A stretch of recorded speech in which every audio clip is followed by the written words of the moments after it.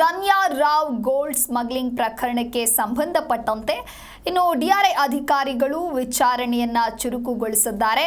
ಇಂದು ರನ್ಯಾ ಜಾಮೀನು ಅರ್ಜಿಯ ತೀರ್ಪು ಪ್ರಕಟವಾಗಲಿದೆ.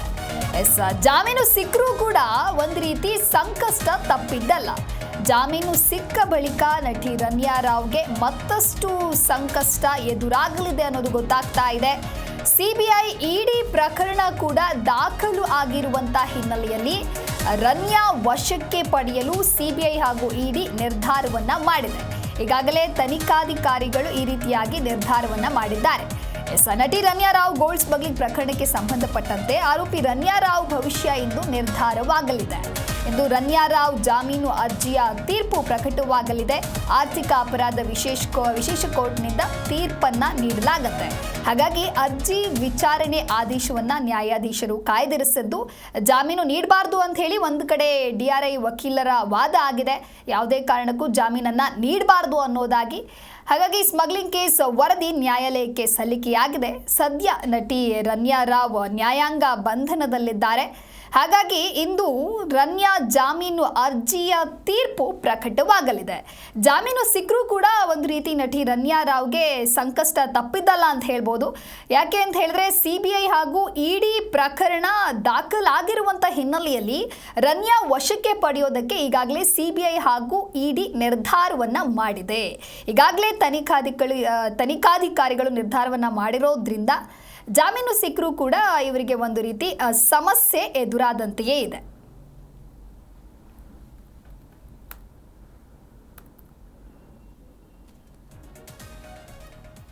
ಈ ಕುರಿತು ಹೆಚ್ಚಿನ ಮಾಹಿತಿಯನ್ನ ನೀಡಲಿದ್ದಾರೆ ನಮ್ಮ ಪ್ರತಿನಿಧಿ ಭವ್ಯ ದೂರವಾಣಿ ಸಂಪರ್ಕದಲ್ಲಿ. ಭವ್ಯ, ನಟಿ ರನ್ಯಾ ರಾವ್ ಗೋಲ್ಡ್ ಸ್ಮಗ್ಲಿಂಗ್ ಪ್ರಕರಣಕ್ಕೆ ಸಂಬಂಧಪಟ್ಟಂತೆ ಇಂದು ರನ್ಯಾ ಜಾಮೀನು ಅರ್ಜಿ ತೀರ್ಪು ಪ್ರಕಟವಾಗಲಿದೆ. ಒಂದು ರೀತಿ ಇವತ್ತು ತೀರ್ಪು ಪ್ರಕಟ ಆದರೂ ಕೂಡ ಜಾಮೀನು ಸಿಕ್ಕಿದ್ರೂ ಇವರಿಗೆ ಮತ್ತೆ ಸಂಕಷ್ಟ ಎದುರಾಗಲಿದೆ ಅನ್ನೋದಾಗಿ ಇದೆ. ಈ ಕುರಿತ ಡೀಟೇಲ್ಸ್ ಏನಿದೆ? ಎಸ್ಟಿಬಿಯ ನಟಿ ರನ್ಯಾ ರಾವ್ ಬಂಧನ ಪ್ರಕರಣಕ್ಕೆ ಸಂಬಂಧಪಟ್ಟಂತೆ ಆರ್ಥಿಕ ಅಪರಾಧ ವಿಶೇಷ ನ್ಯಾಯಾಲಯದಲ್ಲಿ ಇಂದು ಜಾಮೀನು ತೀರ್ಪಿನ ಆದೇಶವನ್ನ ಕಾಯ್ದಿರಿಸಿರುವಂತದ್ದು. ಈ ಹಿಂದೆ ವಾದ ಮತ್ತೆ ಪ್ರತಿವಾದ ನಡೆದಿತ್ತು. ಈ ಸಂದರ್ಭದಲ್ಲಿ ಡಿಆರ್ಐ ಅಧಿಕಾರಿಗಳು ಯಾವುದೇ ಕಾರಣಕ್ಕೂ ಕೂಡ ರನ್ಯಾಗೆ ಮಹಿಳೆ ಎಂಬ ದೃಷ್ಟಿಯಿಂದ ಕೂಡ ಜಾಮೀನು ಮಂಜೂರು ಮಾಡಬಾರ್ದು ಅನ್ನೋ ರೀತಿಯಲ್ಲಿ ವಾದವನ್ನ ಮಾಡಿದ್ರು. ಆದ್ರೆ ನಿನ್ನೆ ಮೊನ್ನೆ ಬೆಳವಣಿಗೆಯಲ್ಲಿ ಸಿಬಿಐ ಹಾಗೇನೆ ಇಡಿಐ ಕೂಡ ಪ್ರಕರಣವನ್ನ ದಾಖಲಿಸಿರುವಂತದ್ದು. ಸದ್ಯ ಇಡಿ ಹಾಗೇನೆ ಸಿಬಿಐ ಪ್ರಕರಣ ದಾಖಲಾದ ಕಾರಣ ಒಂದು ಕಡೆ ಡಿಆರ್ಐ ತನಿಖೆ ನಡೆಸ್ತಾ ಇದ್ರು ಕೂಡ ಒಂದು ವೇಳೆ ಜಾಮೀನು ಮಂಜೂರು ಆದ್ರೂ ಸಿಬಿಐ ಹಾಗೇನೆ ಇಡಿ ಅಧಿಕಾರಿಗಳು ತಮ್ಮ ವಶಕ್ಕೆ ಪಡೆಯೋದಕ್ಕೆ ಈಗಾಗಲೇ ಜಾಮೀನು ಅಂದ್ರೆ ಏನು ಅರ್ಜಿ ಸಲ್ಲಿಸಿದ್ದಾರೆ ಅದಕ್ಕೆ ತಕರಾರು ಸಲ್ಲಿಸೋದಕ್ಕೆ ಸಿದ್ಧತೆ ನಡೆಸಿದ್ದಾರೆ. ಸೊ ರನ್ಯಾ ಸದ್ಯ ನ್ಯಾಯಾಂಗ ಬಂಧನದಲ್ಲಿರುವಂತದ್ದು. ಸೊ ಅವರಿಗೆ ಜಾಮೀನು ಸಿಕ್ಕರೂ ಕೂಡ ಸಂಕಷ್ಟ ತಪ್ಪಿದ್ದಲ್ಲ ಅಂತ ಹೇಳ್ಬೋದು. ಯಾಕಂದ್ರೆ ಇಡಿ ಈಗಾಗಲೇ ಪ್ರಕರಣವನ್ನ ಕೈಗೆತ್ತಿಕೊಂಡು ತನಿಖೆಯನ್ನ ನಡೆಸ್ತಾ ಇದೆ. ಹಾಗೇನೆ ನಿನ್ನೆ ಮೊನ್ನೆ ದಾಳಿ ಕೂಡ ಮಾಡಿರುವಂತದ್ದು. ಸೊ ಇಡಿ ಹಾಗೇನೆ ಸಿಬಿಐಗೆ ಬಹಳಷ್ಟು ವಿಚಾರಗಳನ್ನ ರನ್ಯಾರಿಂದ ಪಡೆಯಬೇಕಾಗುತ್ತೆ. ಸೊ ಹೀಗಾಗಿ ಅವರನ್ನ ಬಾಡಿ ವಾರೆಂಟ್ ಮೂಲಕ ಪಡೆಯೋದಕ್ಕೆ ಕೂಡ ಈಗಾಗಲೇ ಸಿದ್ಧತೆ ನಡೆಸಿರುವಂತದ್ದು. ಸೊ ಸದ್ಯ ಇದೀಗ ಇವತ್ತಿಗೆ ಆದೇಶವನ್ನ ಕಾಯ್ದಿರಿಸಿರುವಂತದ್ದು. ಯಾವಾಗ ಬೇಕಾದ್ರೂ ಆದೇಶ ಹೊರಬೀಳ್ಬಹುದು. ಆದ್ರೆ ರನ್ಯಾಗೆ ಸಂಕಷ್ಟ ಮಾತ್ರ ತಪ್ಪಿದ್ದಲ್ಲ ಅಂತ ಹೇಳ್ಬಹುದು. ದಿವ್ಯಾ, ಓಕೆ, ಥ್ಯಾಂಕ್ ಯು ಭವ್ಯ ನಿಮ್ಮೆಲ್ಲ ಮಾಹಿತಿಗಾಗಿ.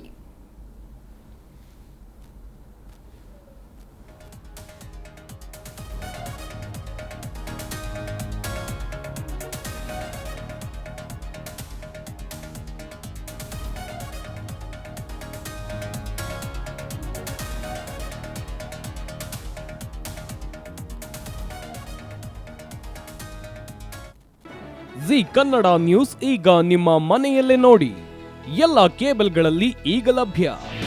ನಿಮ್ಮ ನೆಚ್ಚಿನ ಜಿ ಕನ್ನಡ ನ್ಯೂಸ್ ಈಗ ಸನ್ ಡೈರೆಕ್ಟ್ ನಲ್ಲಿ number 292, Tata play number 1664, Jio TV number 1334, NXT digital number 30, in cable number 30, city networks 51, U digital number 162, GTPL number 17, Rockline telecommunications number 42, Shri Basaveshwara cable number 168, rural cable network 60, Vinayaka digital 57, Abhishek cable 821, city channel 53, Siddeshwara cable network 57, V4 digital Infotech 628, Surya digital networks 53, Gajanan digital number 836, Malnad Infotech Private Limited number